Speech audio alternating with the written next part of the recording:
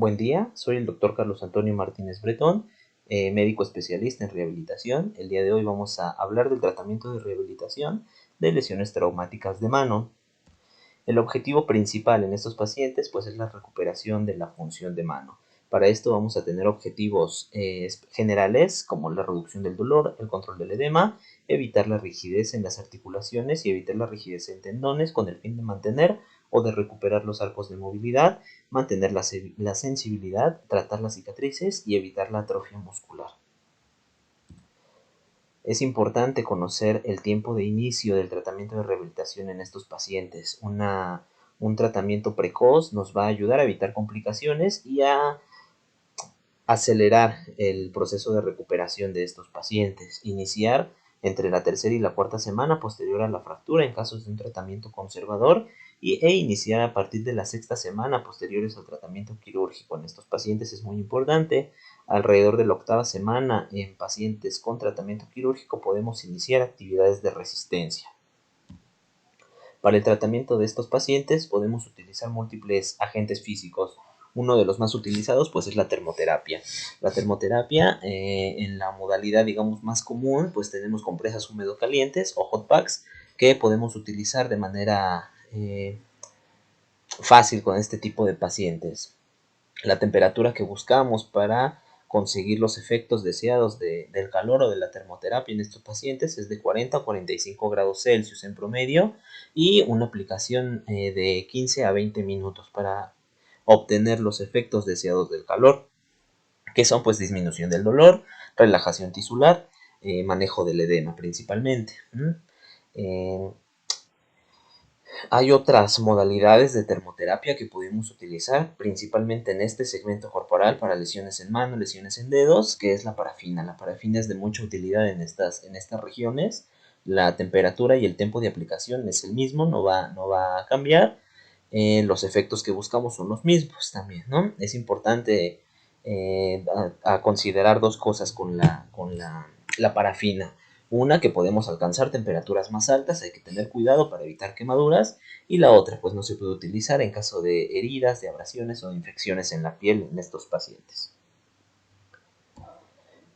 La fluidoterapia es otro agente que podemos utilizar de mucha utilidad en estos pacientes. La temperatura y el tiempo de aplicación es el mismo que las anteriores. Aquí tenemos ventajas, ¿no? La agitación de partículas sólidas pues nos va a generar un efecto de desensibilización para manejar la sensibilidad en estos pacientes en caso de que se tengan alteraciones en esta. Y también se pueden realizar ejercicios durante la sesión a diferencia de las modalidades anteriores. Aquí sí podemos realizar movilizaciones activas en los pacientes. Otro de los agentes muy comúnmente utilizados y que nos ayudan mucho en estas lesiones es el ultrasonido. El ultrasonido en sus dos modalidades, pulsada o continua, ya sea que busquemos efecto mecánico en el pulsado o efecto térmico en el continuo, nos va a ser de mucha utilidad. Podemos tratar áreas muy focalizadas en este tipo de pacientes, lo cual nos va a ayudar mucho para manejo de dolor, para manejo de edema y para recuperar arcos de movilidad en estos pacientes. La crioterapia se puede utilizar de manera aguda en las lesiones de estos segmentos, utilizándose ya sea como bolsa de hielo o como sumersión en agua. Lo que buscamos son temperaturas de alrededor de 10 a 12 grados Celsius. Es importante, bueno, no utilizarla más de 15 minutos, ya que podemos tener efectos paradójicos como una vasodilatación paradójica y importante saber que generalmente es muy poco tolerado por el paciente y únicamente se utilizaría en periodos agudos de la lesión. Hay otra modalidad de la crioterapia que es con masaje con hielo, puede ser con un cubo, con una taza de hielo. Esto nos sirve para liberar puntos gatillos, puntos dolorosos muy específicos, muy localizados que podemos utilizar con estos pacientes. La hidroterapia, otro agente que nos puede ser de mucha utilidad en estos pacientes, podemos combinarlo ya sea con crioterapia, pero más comúnmente con termoterapia, teniendo o combinando los efectos tanto de la hidroterapia como de la termoterapia, disminución del dolor, manejo del edema, e iniciar ejercicios terapéuticos con resistencia, lo que nos da el efecto de la hidroterapia. Electroterapia, podemos utilizar varias modalidades de esta, no es lo más común por el tipo o la localización de las lesiones, generalmente se requieren electrodos muy pequeños para tener una adecuada colocación de la electroterapia, pero sí se pueden utilizar corrientes directas como iontoforesis para manejo de cicatrización, corrientes rusas para fortalecimiento muscular, TENS o corrientes interferenciales para la modulación de dolor o analgesia, y EMS para reeducación muscular o fortalecimiento muscular también, principalmente de fibras tipo 2, siempre y cuando el nervio periférico esté intacto. Lo podemos utilizar también para manejo de edema. El láser es un agente que nos ayuda mucho en este tipo de lesiones, ya que tiene efectos que nos ayudarían mucho, y además la ventaja de trabajar en áreas muy focalizadas, ¿no? Es un segmento en el que generalmente las lesiones son muy focalizadas, por tanto pues el láser sí nos puede ser de mucha utilidad, ¿no? Principalmente reparaciones tendinosas, cicatrización, disminución de dolor y manejo de edema, con las dosis correspondientes para cada uno de los efectos buscados.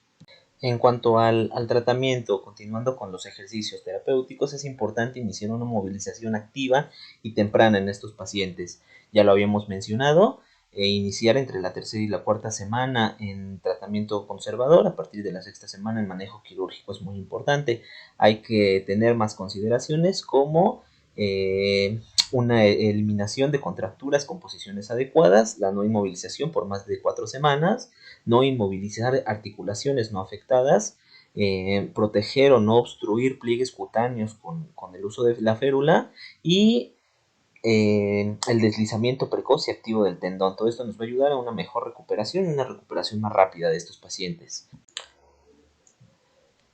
En el tratamiento de rehabilitación en fracturas de falanges y metacarpos, ya lo mencionamos, son importantes los ejercicios de deslizamiento tendinosos del tendón del flexor superficial de los dedos, del flexor profundo de los dedos, del extensor común de los dedos y de banda central. En el caso específico de las fracturas de metacarpos, como objetivo vamos a tener la conservación de la flexión de la articulación metacarpofalángica y la conservación del deslizamiento del extensor común de los dedos. En estas fracturas, en las fracturas de metacarpos, vamos a tener afecciones específicas.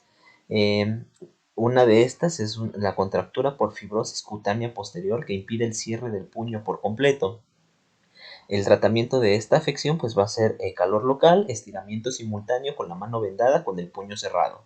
En caso de que la afección sea una articulación metacarpofalángica contraída en extensión, podemos iniciar el tratamiento con la articulación metacarpofalángica en 70 grados de flexión con una férula de protección, y posteriormente utilizar una férula dinámica o estática progresiva para la articulación metacarpofalángica para ir mejorando los arcos de movilidad de esta. Cuando haya adherencia del tendón del extensor común de los dedos en una fractura con flexión de la metacarpofalángica limitada, pues aquí vamos a tener como tratamiento ejercicios de deslizamiento del tendón del extensor común de los dedos. Podemos colocar una férula en la articulación interfalángica en extensión durante los ejercicios y posteriormente utilizar una férula metacarpofalángica de flexión dinámica, también con el fin de mejorar los arcos de movilidad. En el caso específico de fractura de falanges, las principales afecciones que vamos a tener va a ser la pérdida de flexión de la articulación metacarpofalángica. Aquí, ¿qué vamos a hacer? En cuanto al tratamiento y la prevención, pues podemos utilizar una férula de extensión de la interfalángica proximal y de la interfalángica distal. Esto para concentrar la potencia flexora de la articulación metacarpofalángica. Cuando haya pérdida de la extensión de las articulaciones o de la articulación interfalángica proximal, el tratamiento van a ser ejercicios de bloqueo de la banda central durante el día y una férula de bloqueo de extensión de la articulación metacarpofalángica, esto para potenciar la función extensora de la articulación interfalángica proximal durante la noche, y una férula acanalada de extensión de la interfalángica proximal. Cuando haya pérdida de la flexión de la articulación interfalángica proximal, lo que vamos a hacer son ejercicios de deslizamiento exclusivos del tendón del flexor profundo de los dedos durante el día, y una férula con bloqueo de flexión de la metacarpofalángica, esto para potenciar la actividad flexora en la articulación interfalángica proximal durante la noche. Cuando haya pérdida de la extensión de la articulación interfalángica distal, podemos utilizar una férula de extensión nocturna. Cuando haya pérdida de la flexión de la articulación interfalángica distal, podemos utilizar ejercicios de deslizamiento exclusivos del tendón del flexor profundo de los dedos, con una férula de bloqueo de la flexión de la interfalángica proximal, esto para concentrar la actividad flexora de la articulación interfalángica distal. Cuando hay inestabilidad lateral de cualquiera de las articulaciones, necesitamos una fijación. Esta puede ser con el dedo adyacente o con una férula digital articulada, lo cual impide la sobrecarga lateral en estos casos. Cuando hay una deformidad en ojal, aquí la flexión activa de la interfalángica distal temprana va a mantener la longitud de las bandas laterales. En caso de deformidad en cuello de cisne, el deslizamiento del tendón del flexor superficial de los dedos y el deslizamiento del tendón del extensor terminal en la articulación interfalángica distal serían el tratamiento. Y en una pseudodeformidad en garra, el tratamiento sería una férula para mantener la articulación metacarpofalángica en flexión con deslizamiento extensor completo en la articulación interfalángica proximal. Otra herramienta que utilizamos muy comúnmente en el tratamiento de fractura de manos y de dedos, de lesiones traumáticas de mano, pues es la terapia ocupacional. Las técnicas de terapia ocupacional, bueno, son muy variadas, podemos utilizar múltiples técnicas. El objetivo principal de esto, pues, es la recuperación funcional de la mano de estos pacientes. Se pueden utilizar múltiples técnicas, ¿no?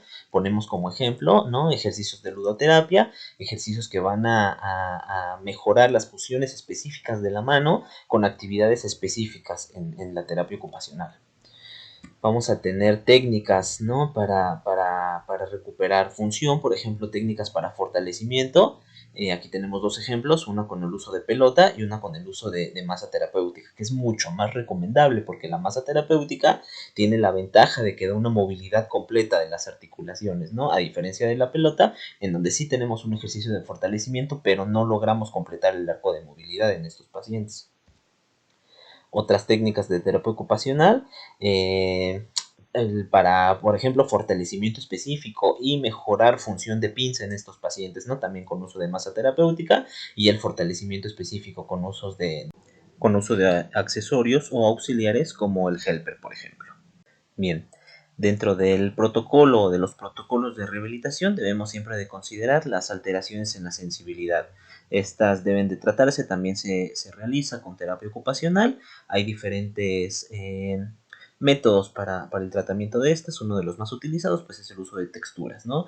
Distintas texturas para mejorar la sensibilidad de los pacientes. Bueno, y pues para finalizar, dentro de los protocolos siempre se recomienda valorar las funciones básicas de mano de manera individual y de manera específica, o ponencias, presiones, pinzas, con el objetivo de, en caso de que estas estén limitadas o ausentes de manera específica, se tienen que tratar con reentrenamiento justamente de estas funciones básicas de mano deficientes. Pues sería de manera rápida, ¿no? De manera resumida, el manejo de rehabilitación de estos pacientes, de pacientes con fracturas de mano, fracturas de dedos, con lesiones traumáticas de mano. Solo recordar que siempre se tiene que tratar a un paciente de manera individualizada, obviamente, se tiene que hacer una valoración funcional del paciente y acorde a esta valoración pues se tiene que dar el manejo de rehabilitación basado en objetivos generales, objetivos específicos de cada paciente. Esto fue una manera de protocolizar el tratamiento de rehabilitación de estos pacientes. Un agradecimiento de antemano por su atención y espero que tengan buen día.